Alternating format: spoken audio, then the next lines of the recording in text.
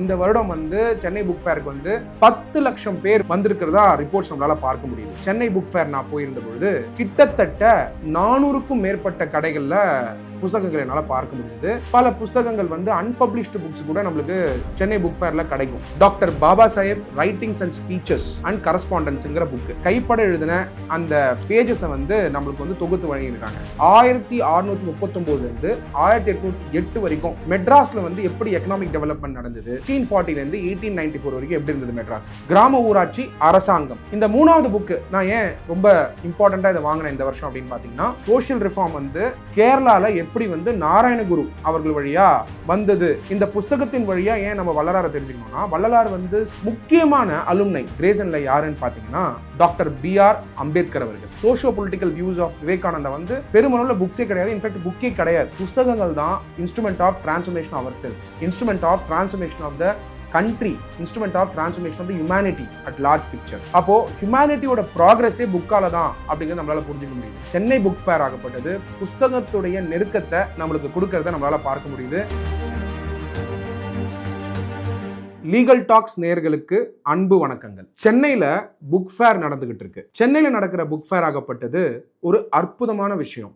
சென்னை மக்களுக்கு மட்டும் இல்ல, தமிழ்நாடு மக்களுக்கும். புக் ஃபேர் ஆகப்பட்டது டிசம்பர் 27, 2024 இருந்து 12 ஜனவரி 2025 வரைக்கும் இந்த புக் ஃபேர் நடக்குது. புக் ஃபேர் வந்து சென்னையில் நடக்கும்போது எல்லாருக்கும் ஒரு இன்பமான விஷயம். காரணம் என்னன்னா, சென்னை மக்களுக்கு மட்டும் கிடையாது, தமிழ்நாட்டு மக்கள், தமிழ் மேல பற்று இருக்கக்கூடிய பல பேருக்கு வந்து ஒரு இன்பமான விஷயம். காரணம் என்னன்னா, புஸ்தக கண்காட்சியில பல விதமான புக்ஸை வந்து நம்மளால வந்து பார்க்க முடியும், படிச்சு வாங்க முடியும் ஒரே இடத்துல. இந்த புஸ்தக கண்காட்சி ஆகப்பட்டது 48வது புஸ்தக கண்காட்சி. தொடர்ச்சியா தமிழ்நாட்டில் புஸ்தக கண்காட்சி ஆகப்பட்டது நடந்துட்டு வருது. ஜென்ரலா இந்த புஸ்தக கண்காட்சி ஆகப்பட்டது எக்மோர்ல நடந்துகிட்டு இருந்தது.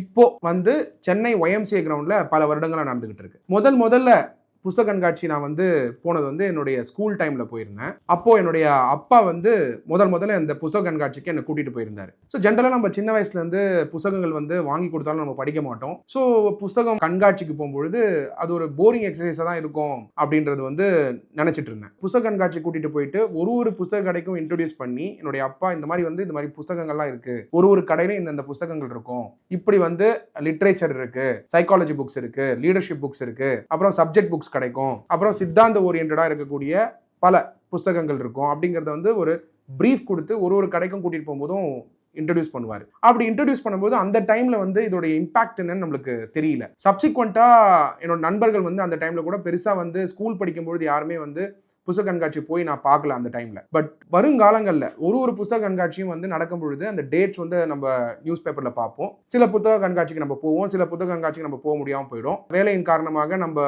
சென்னையில இருக்க மாட்டோம், எங்கேயாவது வெளியில இருப்போம். இந்த மாதிரி பல ரீசன்ஸ்க்காக சில டைம்ல நம்ம புத்தக கண்காட்சிக்கு போவோம், சில இடங்கள்ல போகாம இருப்போம். பட் லாஸ்ட் 3 to 4 years வந்து புத்தக கண்காட்சி நடக்கும் பொழுது கண்டிப்பாக நான் போகணும் அப்படிங்கிற அந்த உறுதியை எடுத்திருந்தேன். அப்படி போகும்போது ஒரு வாட்டியும் அந்த வருஷத்துக்கு தேவையான என்ன புஸ்தகங்கள் நம்ம படிக்க போறோம், என்ன புஸ்தகங்கள் மக்கள் கிட்ட நம்ம சேர்க்கணும், எந்த சிந்தனைகள் வந்து புதுசா நம்ம வந்து கத்துக்கணும் அப்படின்னு பார்க்கும் பொழுது பல புஸ்தகங்கள் வந்து அன்பப்ளிஷ்டு புக்ஸ் கூட நம்மளுக்கு சென்னை புக் ஃபேர்ல கிடைக்கும். அன்பப்ளிஷ்டு, அதாவது பப்ளிஷ் பண்ணதை நிறுத்திருப்பாங்க, பழைய புஸ்தகங்கள், அப்புறம் கவர்மெண்ட் ஆஃப் இந்தியா பப்ளிஷ் பண்ற புஸ்தகங்கள், லீடர்ஸோட ஸ்பீச்சஸ், கவர்மெண்ட் பப்ளிஷ் பண்ண speeches, Tamil Nadu government, central government, மற்ற மொழி புத்தகங்களும் அங்க கிடைக்கும். அது மட்டும் இல்லாம நியூஸ் பேப்பர் ஏஜென்சிஸ் நடத்தக்கூடிய புத்தகங்கள், for example English news paper, பிரபலமா இருக்கக்கூடிய இங்கிலீஷ் நியூஸ் பேப்பர், அதே மாதிரி மேக்சின்ஸ், வீக்லி மேக்சின்ஸ் வரும், அவங்க நடத்தக்கூடிய புத்தகங்கள், அவங்களுடைய என்டையர் பப்ளிகேஷனை ஒரு இடத்துல பார்க்க முடியும். இல்லைனா நீங்க வந்து அவங்களுடைய பப்ளிகேஷன் சென்டருக்கு தான் போகணும், இல்லை கடைக்கு தான் போக முடியும். இந்த வாட்டி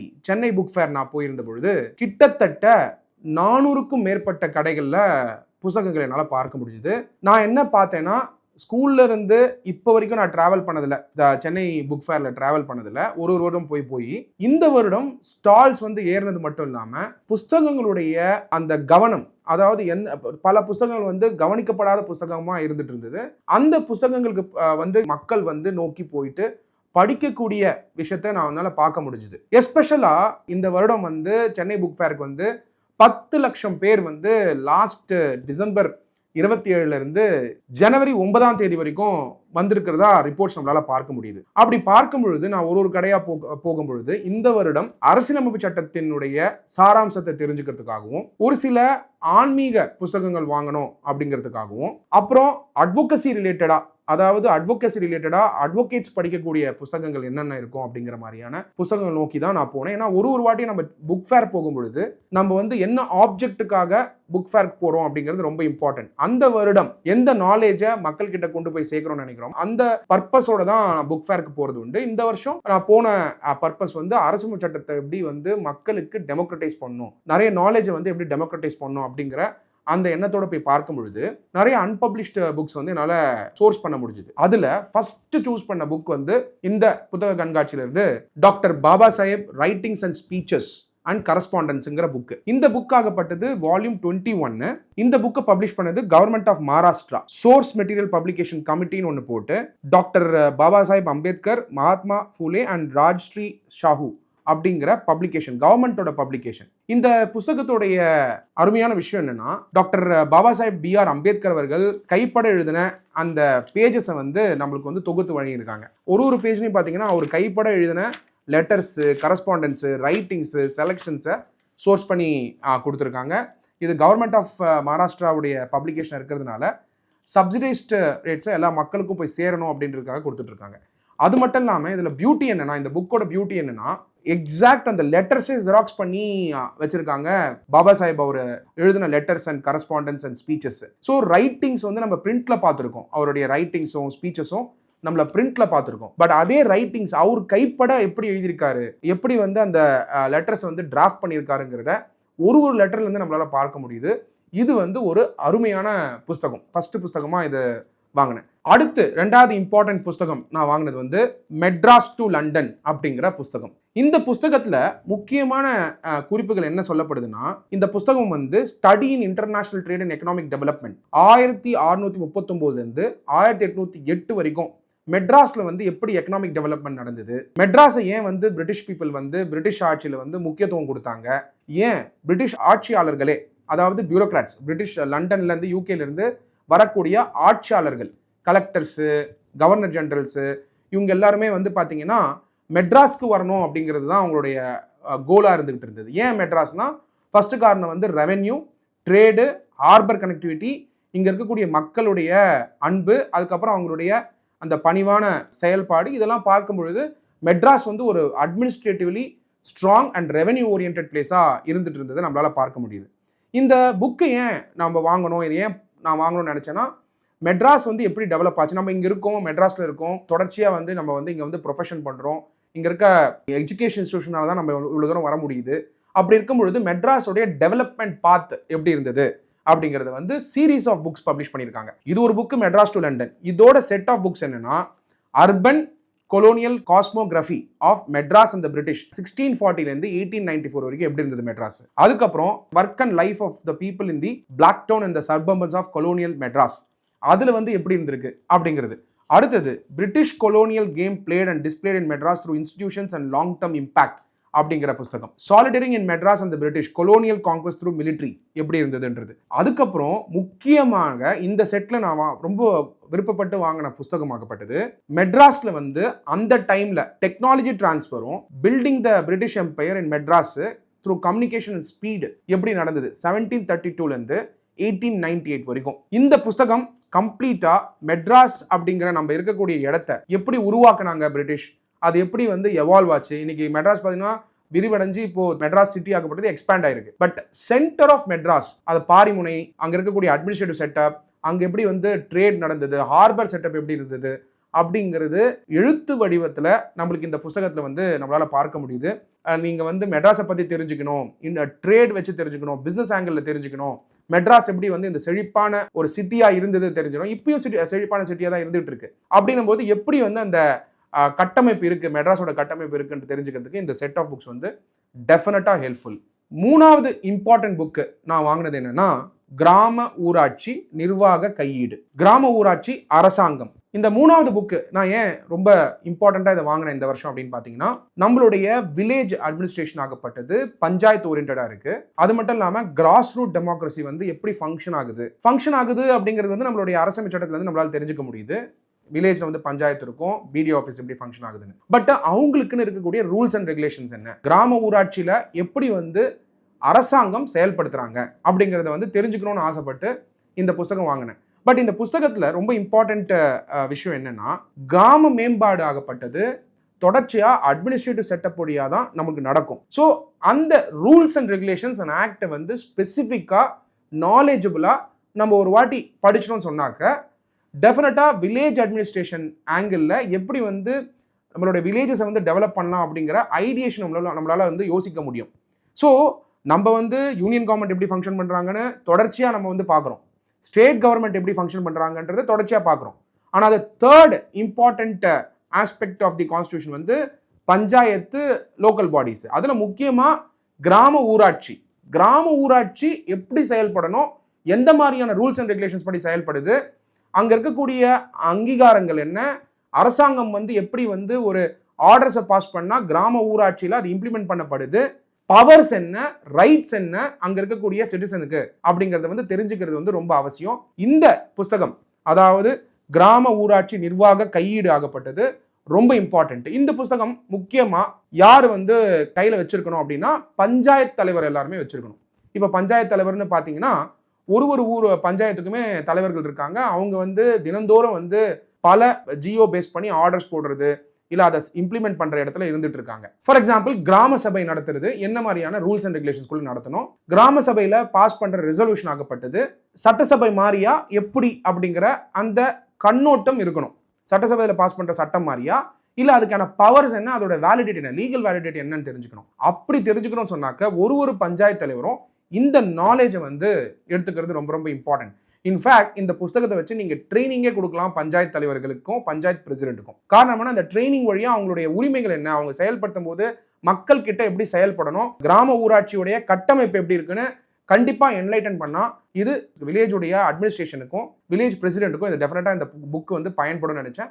இது நான் ஏன் தெரிஞ்சுக்கணும் அப்படின்னு நினைச்சேன்னா, டெஃபினட்டா நம்ம வந்து வில்லேஜ் உடைய ஆங்கிள் பல விஷயங்கள் கிராஸ் ரூட் லெவல்ல மக்களுடைய பிரச்சனைகளை பார்க்கும் பொழுது அதோடைய அண்டர்ஸ்டாண்டிங் வைடன் ஆகணும்னா, கிராம ஊராட்சி எப்படி ஃபங்க்ஷன் ஆகுது, அங்க பள்ளிக்கூடங்கள் எப்படி வைக்கணும், அங்க இருக்கக்கூடிய டெமோகிராபிக் டிவிடெண்ட் வந்து எப்படி வந்து இருக்கக்கூடிய அரசாங்கத்தினுடைய நிர்வாக கையேடுல வந்து இருக்கக்கூடிய சட்டங்களை வச்சு எப்படி வந்து அங்க இருக்கக்கூடிய எஜுகேஷனை வந்து இம்ப்ரூவ் பண்ணணும் அப்படின்னு தெரிஞ்சுக்கணும்னா இந்த புத்தகமாகப்பட்டது கிராம ஊராட்சி அரசாங்கம் அப்படிங்கிறது ரொம்ப இம்பார்ட்டன்ட் புத்தகம். அதனால இது வந்து இந்த புத்தகத்தை வந்து இந்த வருஷம் வாங்கினேன். ஃபோர்த் இம்பார்ட்டன்ட் புக்கு இந்த வருஷம் நான் வாங்கினது வந்து டெவலப்மெண்டல் மாடர்னிட்டி இன் கேரளா. இது வந்து நாராயணகுரு அவருடைய லைஃப் பத்தி இருக்கக்கூடிய புத்தகம். ரெண்டாவது SNDP யோகம் அண்ட் சோஷியல் ரிஃபார்ம் வந்து கேரளால எப்படி வந்து நாராயணகுரு அவர்கள் வழியா வந்தது அப்படிங்கிற இந்த புத்தகம். இந்த புத்தகமாகப்பட்டது நீங்க எக்ஸாக்ட் வேர்ட்ஸ் இதுல போட்டிருக்கக்கூடிய எக்ஸாக்ட் வேர்ட்ஸ் பாத்தீங்கன்னா, the study of the Sree Narayana Dharma பரிபாலன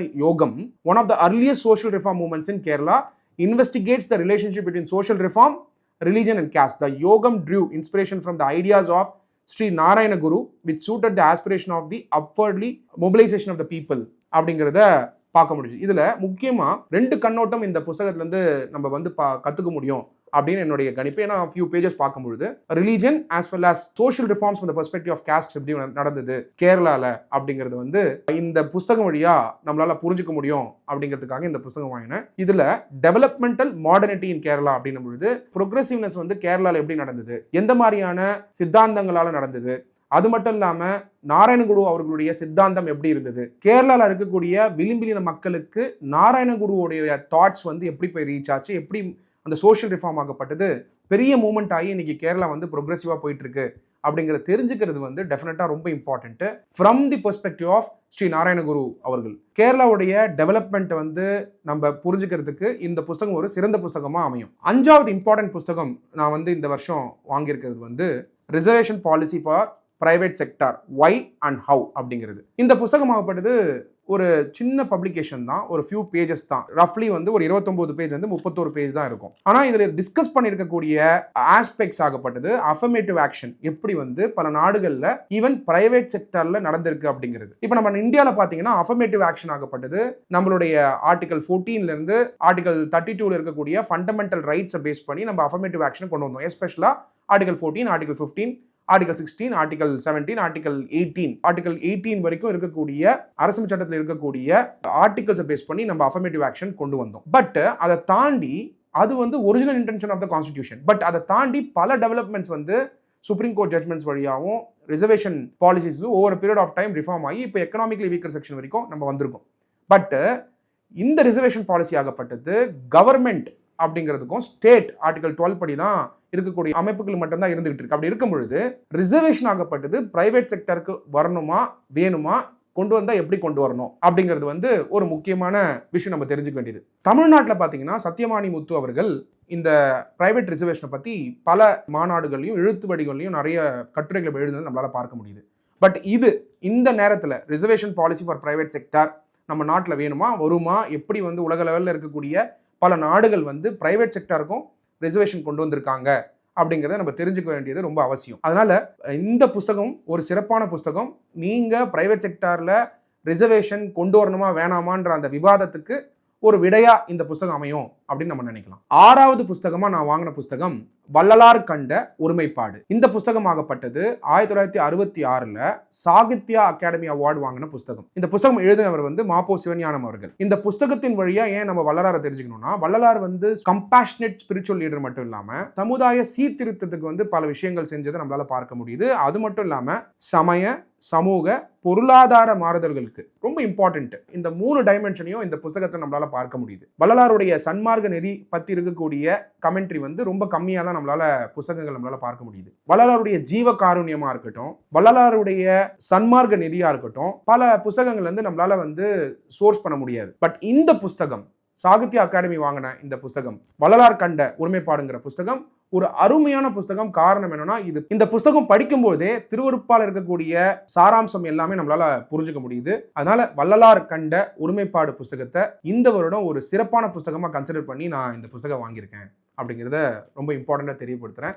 இந்த புஸ்தகத்து வழியா பல விஷயங்கள், ஸ்பிரிச்சுவாலிட்டி மட்டும் இல்லாம சமுதாய சீர்திருத்தம் விஷயங்கள், பொருளாதார ரீதியா இருக்கக்கூடிய பல ரிஃபார்ம்ஸை வந்து எப்படி வந்து வள்ளலார் அவர்கள் கொண்டு வந்தாரு, ஜீவகாருண்யம் எப்படி வந்து முக்கியமான ஒரு கொள்கையா அவர் வச்சிருந்தாருன்றதை தெரிஞ்சுக்கிறது ரொம்ப அவசியமா நினைச்சு இந்த புத்தகம் நான் வாங்கியிருக்கேன். 7வது புத்தகமா நான் வாங்கின புத்தகம் வந்து கீத் எவன்ஸ் எழுதின language of advocacy, golden rules of advocacy. இந்த புத்தகம் ரெண்டுமே கிரேஸ் இன் அப்படிங்கிற ஒரு ஆர்கனைசேஷன் லண்டன்ல இவர் வந்து ப்ரொஃபஸரா இருந்திருக்காரு கீத் எவன்ஸ். இந்த கிரேஸ் இன் ஆகப்பட்டது ஒரு அருமையான ஆர்கனைசேஷன் லண்டன்ல. பல லாயர்ஸ் இந்தியாவில் அந்த காலத்துலேருந்து கூட போய் லண்டன்ல படிக்கும்போது கிரேஸ் இன்ல சேர்றது வந்து ஒரு பெரிய வரப்பிரசாதமா நினைச்சாங்க. முக்கியமான அலும்னை கிரேசன்ல யாருன்னு பாத்தீங்கன்னா, நம்மளுடைய சமத்துவ தலைவர் டாக்டர் BR அம்பேத்கர் அவர்கள். அவர் வந்து கிரேசனுடைய மெம்பரா இருந்தாரு. அங்கதான் வந்து அவருடைய கோர்ட் கிராஃப்டையும் அட்வொகசி ஸ்கில்ஸையும் இம்ப்ரூவ் பண்ணிக்கிட்டாரு. சப்சிக்வெண்டா கிரேசன்ல இருக்கும் பொழுதுதான் அம்பேத்கர் அவர்கள் இந்த லாங்குவேஜ் ஆஃப் அட்வொகசியும்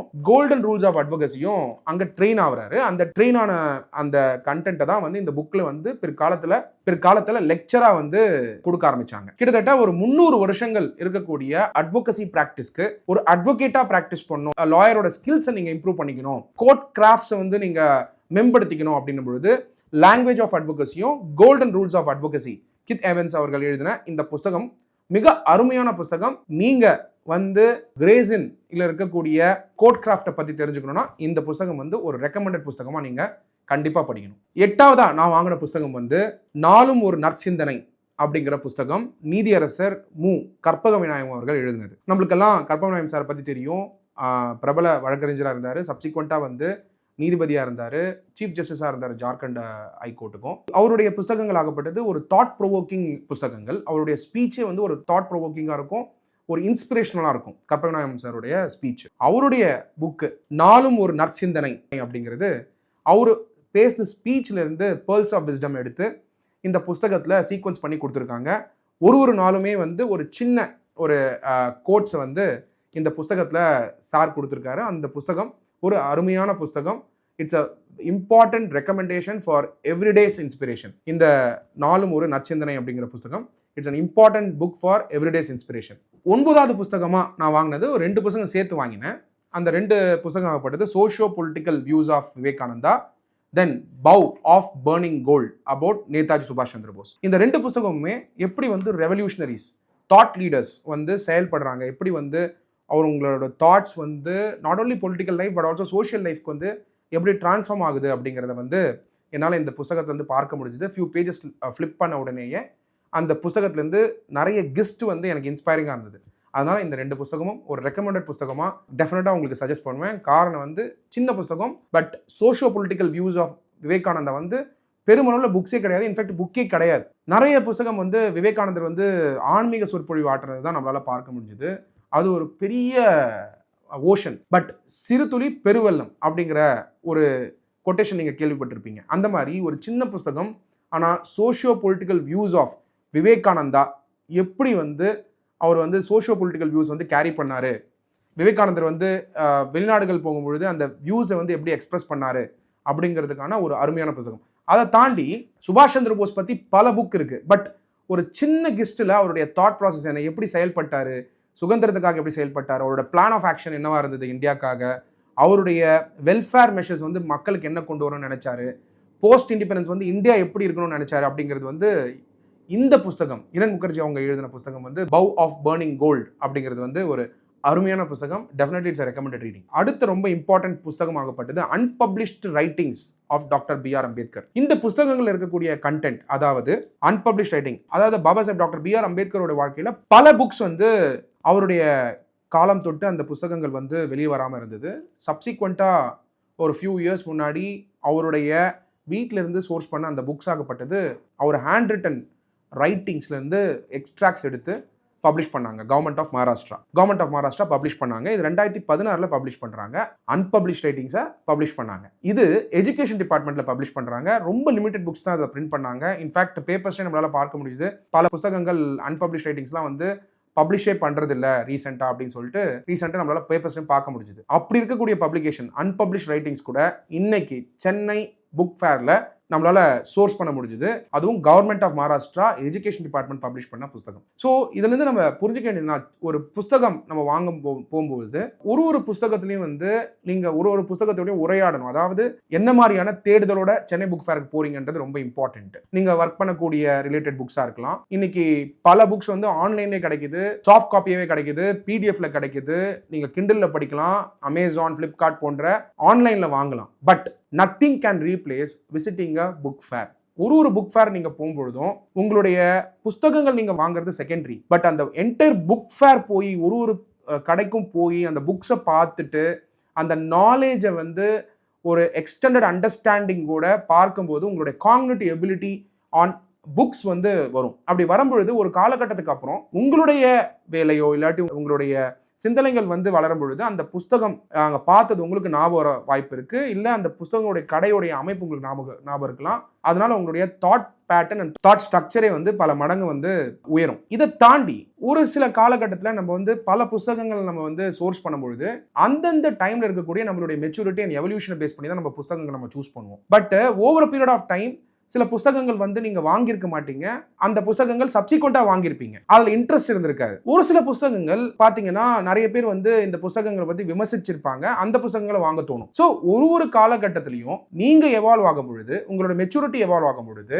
உங்களுடைய கண்டிஷனிங் வந்து மாறும் பொழுது டெஃபினட்டா வந்து புத்தகங்களுடைய அணுகுமுறையும் மாறும். அதை தாண்டி ஏஜ் மாற இல்லாட்டி நீங்க ஒரு காலகட்டத்திலையும் புத்தகங்களை பத்தி அணுகக்கூடிய விதம் மாறும். But start early, that is important. ஒரு புத்தகத்தை படிக்கக்கூடிய இல்ல புத்தகத்தை அணுகக்கூடிய விஷயத்தை ஸ்டார்ட் அர்லி. அதை நீங்க ஸ்டார்ட் பண்ணீங்கன்னா ஓவர் பீரியட் ஆஃப் டைம் உங்க பின்னாடி ஒரு லைப்ரரி மட்டும் இல்ல, உங்களுக்குள்ள ஒரு நாலேஜ் இருக்கும். அந்த நாலேஜ் ஆகப்பட்டது பல பேருக்கு வந்து பயன்படும். நீங்க நாலேஜ் எவல்யூஷனுக்கே, ஹியூமனிட்டியோட நாலேஜ் எவல்யூஷனுக்கே நீங்க ஒரு கான்ட்ரிபியூட்டரா இருந்திருப்பீங்க. பல பேர் சென்னை புக் ஃபேருக்கு வந்து புக்ஸை சோர்ஸ் பண்ணவங்க தான் இன்னைக்கு போய் அமெரிக்காலையும் உலகெங்கும் வந்து செட்டில் ஆகி பல விஷயத்தை சாதிச்சுட்டு இருக்காங்க. புத்தகங்கள் தான் இன்ஸ்ட்ருமெண்ட் ஆஃப் டிரான்ஸ்ஃபர்மேஷன் அவர் self, instrument of transformation of the country, instrument of transformation of the humanity at large picture. அப்படி பார்க்கும் பொழுது சென்னை புக் ஃபேர் ஆகப்பட்டது புஸ்தகத்துடைய நெருக்கத்தை நம்மளுக்கு கொடுக்கறத நம்மளால பார்க்க முடியுது. இப்போ இருக்க யங்ஸ்டர்ஸ் எஸ்பெஷலாக பார்த்தீங்கன்னா இந்த புக்கை படிக்கிறதுனால என்ன கிடைக்குது, இந்த நாலேஜ் வந்து எப்படி பயன்பட போகுது அப்படின்னு நினைக்கலாம். But knowledge is a power அப்படின்னு நம்ம சொல்கிறோம். எப்படி வந்து எஜுகேஷன் ஒரு பவரோ, நீங்கள் படித்து டிகிரி வாங்குறீங்களோ அந்த மாதிரி வைடு நாலேஜ் வந்து நீங்கள் எடுத்துக்கிறது ரொம்ப ரொம்ப இம்பார்ட்டன்ட் இந்த இன்டர் கனெக்டட் வேர்ல்டில். அப்படி இருக்கும் பொழுது பல தலைவர்கள் உருவானதும் புக்ஸ்னால தான், ஹியூமனிட்டி வந்து எவல்யூஷனும் புக்ஸ்னால தான். தினந்தோறும் பல விஷயங்கள் வந்து நாலேஜ் டிரான்ஸ்ஃபர் ஆனால மட்டும்தான் பல விஷயங்கள் வந்து மனிதர்கள் வந்து சாதிச்சுட்டு இருக்காங்க. அப்போ ஹியூமனிட்டியோட ப்ராக்ரஸே புக்கால தான் அப்படிங்கிறது நம்மளால புரிஞ்சுக்க முடியுது. நாலேஜ் ஓரியன்டா இருக்கும் பொழுது உங்களுடைய ப்ராடனிங் ஆஃப் யுவர் நாலேஜ் வந்து இன்க்ரீஸ் ஆகும் பொழுது நீங்க ஒரு கான்ட்ரிபியூட்டரா மாறுறீங்க சொசைட்டிக்கு. என்ன மாதிரி கான்ட்ரிபியூஷன்? நாலேஜ் எவல்யூஷனுக்கு கான்ட்ரிபியூட் பண்றீங்க, இல்ல இன்ஸ்பயர் பண்றீங்க. உங்களோட கம்யூனிகேஷனே உங்க நாலேஜ் தான். உங்க நாலேஜை பேஸ் பண்ணி தான் உங்க கம்யூனிகேஷன் இருக்கு. அந்த கம்யூனிகேஷன் மேம்படுத்தும் பொழுது உங்களுக்கு தேவைகளை, அதாவது உங்களோட கோல்ஸை ஃபிக்ஸ் பண்ணி நீங்க கம்யூனிகேஷன் என்ஹான்ஸ் பண்ணும் பொழுது நீங்க நினைச்சதை அடைய முடியும். நீங்க நினைச்சதை அடையணும்னா அது நாலேஜா இருக்கலாம், வெல்த்தா இருக்கலாம், வெல்ஃபேரா இருக்கலாம், நீங்க வைக்கக்கூடிய கோலா இருக்கலாம். எந்த கோலா நீங்க வச்சாலும், பர்பஸை ஃபிக்ஸ் பண்ணாலும் அதுக்கு இன்ஸ்ட்ருமெண்டா இருக்கக்கூடிய, பாலமா இருக்கக்கூடிய விஷயம் நம்மளுடைய புத்தகங்கள் தான். அந்த புத்தகங்கள் வந்து சென்னை புக் ஃபேர் விசிட் பண்ணுங்க, புத்தகங்கள் பாருங்க, அங்கேயே வந்து படிங்க. உங்களுக்கு இம்ப்ரெஸ் ஆகிற புத்தகங்களை வாங்குங்க. வாங்கின புத்தகம் இப்போ படிக்க முடியாட்டி கூட நீங்க உங்க லைப்ரரியிலையோ முக்கியமான இடத்துல வச்சு வைங்க. என்னைக்கோ ஒரு நாள் அதை பத்தி தோணும், அன்னைக்கு எடுத்து படிங்க. பட் புத்தகம் வாங்குறதை நிறுத்திடாதீங்க. You should buy books and invest in books. Buying books is not expenditure, buying books is an investment அப்படின்னு என்னுடைய தந்தையார் சொல்லுவாங்க. அதே மாதிரி நீங்களும் இந்த வீடியோ வழியா உங்ககிட்ட இதை பகிர்ந்துக்கணும்னு நான் நினைக்கிறேன். All the very best. புத்தகங்கள் படிங்க. நாலேஜ் இருக்கக்கூடிய ஒரு சமுதாயத்தையும் நம்ம நாட்டையும் உருவாக்கும்.